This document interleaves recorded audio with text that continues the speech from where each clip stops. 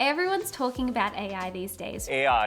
Generative AI. AI. Generative AI. With ChatGPT, self-driving cars, and robot dogs doing backflips. But how do you actually invest in AI and new technology without betting it all on one company like Nvidia or some risky startup? In this video, I'll show you how you can actually get exposure to the AI and technology space without betting on individual companies. And if you're new here, hi, I'm Queenie and I'm a licensed personal finance creator. And I'm here to help you make your money go further. And in this video, I'm showing you how to invest in AI by using ETFs, not using individual stocks. Keep in mind that this video is general advice only and not personal financial advice. You can read my full financial services guide in the description. And thank you so much to Pearler for sponsoring this video. Pearler is actually the investing app that I've used, and I've been using them for the past 4 years. And you can use my code Queenie to sign up to Pearler and get a $20 credit. So now let's talk about diversification. Picking individual stocks is kind of like choosing just one flavor of ice cream. Nvidia is a really hot stock at the moment, but there are also other really cool AI companies like AMD, Tencent, or that AI company that you've just heard of. They could all go to the moon or completely disappear.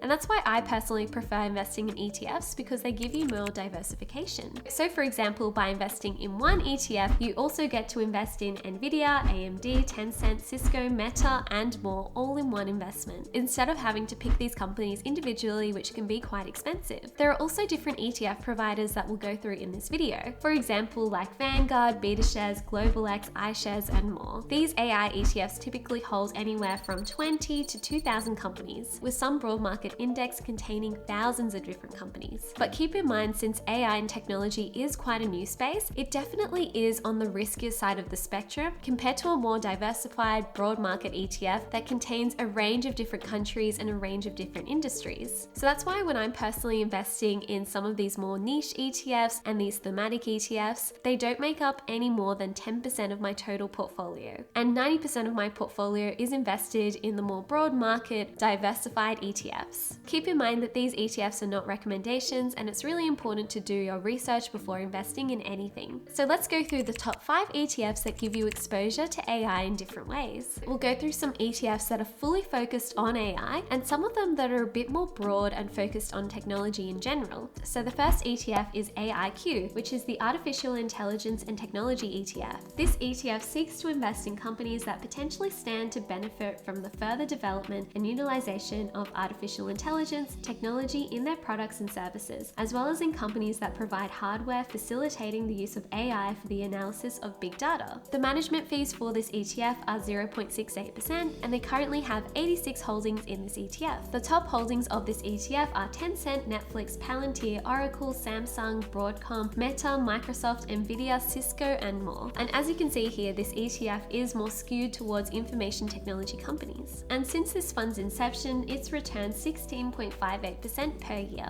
Since this ETF doesn't have as many companies in the ETF, it definitely is on the more risky side, since it is quite niche and mainly focused on technology and AI companies. It's also not currently listed on the Australian Stock Exchange, but you can still access it through the US Stock Exchange through a brokerage platform like Pearler. So the next ETF is RBTZ, which is the Global Robotics and Artificial Intelligence ETF from BetaShares. This ETF aims to track global companies involved in the production or use of robotics and AI products and services. It invests in robotics and automation, non-industrial robots, artificial intelligence, and unmanned vehicles and drones. The management fees for this ETF are 0.58%, and since this fund's inception in 2018, it's returned 7.89% per year. The top holdings for this ETF are Nvidia, ABB, Intuitive, Keyence, Fanuc, Dynatrace, CMC, SMC, Daifuku, Pegasystems, Upstart, and more. And currently there are 49 holdings in this ETF. As we can see from this chart, it definitely is more skewed into the technology space, so you don't get as much diversification. And the countries that make up this ETF is mainly the US, Japan, and Switzerland. So the next ETF is HACK, which is the Global Cybersecurity ETF. This ETF gives you access to the world's leading cybersecurity companies. The management fees for this ETF are 0.67%. Since this fund's inception in 2016, it's returned 19.1% per year. And the top holdings for this ETF include Broadcom, Cisco, CrowdStrike, Palo Alto, Infosys, Leidos, Cloudflare, and more. And there are currently 32 holdings that make up this ETF. As mentioned, this is definitely more skewed into the systems, software, and communications sector, so you don't get as much diversification. information. So the next ETF is NDQ,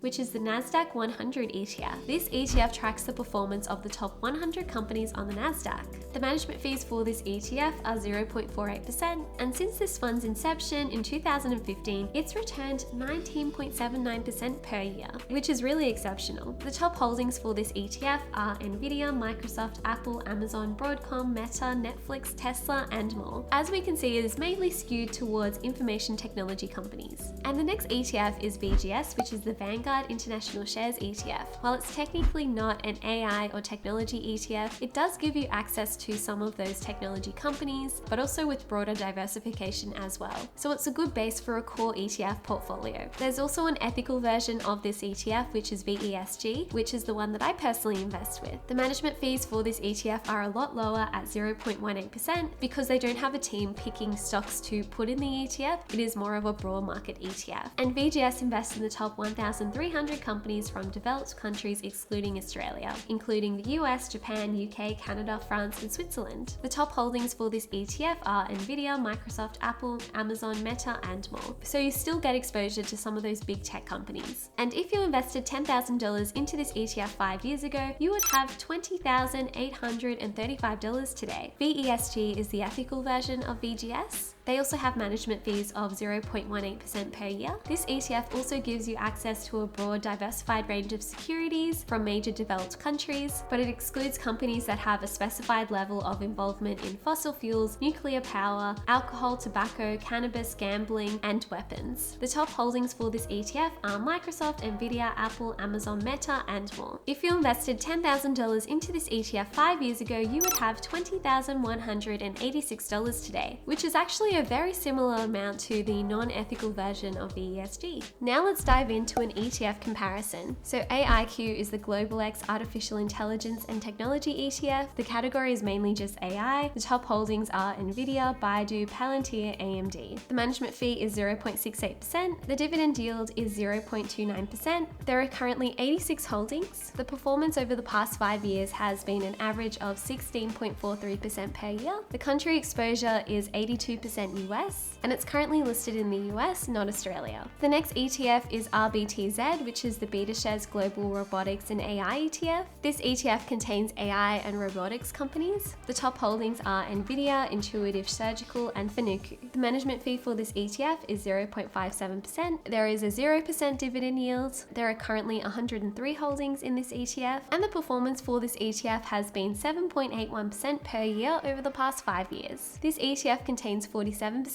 US stocks and 15% Japanese stocks, and it is Australian listed. The next ETF is HACK, which is the Global Cybersecurity ETF from BetaShares. This ETF invests in cybersecurity and AI infrastructure. The top holdings are CrowdStrike, Fortinet, Palo Alto Networks. The management fees are 0.67%, the dividend yield is 0.17%, and there are currently 35 holdings, and the performance per year over the past 5 years has been 19.34%. This ETF has 90% US stocks, and it is Australian listed. So the next ETF is NDQ, which is the BetaShares NASDAQ 100 ETF, and this ETF gives you big tech exposure. The top holdings in this ETF are Apple, Microsoft, Amazon, and Nvidia. The management fees are 0.48%, the dividend yield is 0.6%, and there are currently 100 holdings in this ETF. The performance per year over the past 5 years has been 18.83% per year, and the country exposure is 100% US, and it is Australian listed. And finally, there's VGS, which is the Vanguard International Shares ETF. This ETF gives you global diversification, not just in AI or technology stocks. The top holdings are Apple, Microsoft, Alphabet, and Nvidia. The management fee is 0.18%, the dividend yield is 1.26%, and this ETF contains over 1,500 holdings. The performance per year over the past 5 years has been around 15%, so if you invested $10,000 5 years ago, you would currently have $20,835 today, and the country exposure is 71% US, 6% Japan, and 4% UK, and it is also Australian listed. And keep in mind, this is what I personally do, and it's not a recommendation that you should do this too. Always do your own research before investing. So I regularly invest in 2 different ETFs, which is the core of my portfolio, and this is basically where I invest 90% of my money. It's in 2 ETFs, VETH, which is the Vanguard Ethically Conscious Australian Shares ETF, and VESG, which is the Vanguard Ethically Conscious International International Shares ETF. And these two ETFs give me access to both the Australian stock market and the global stock markets without them overlapping. Since they are broad market ETFs, they give me a lot of diversification, and that's why they make up the core of my portfolio. With the other 10% of my portfolio, I like to invest a little bit more spicy. I invest around 5% of my portfolio each month into cryptocurrencies. I personally like investing in Bitcoin because I believe in its long-term potential, and the other 5% of my portfolio I invest in individual stocks and some of these thematic ETFs. For example, I have invested in Hack,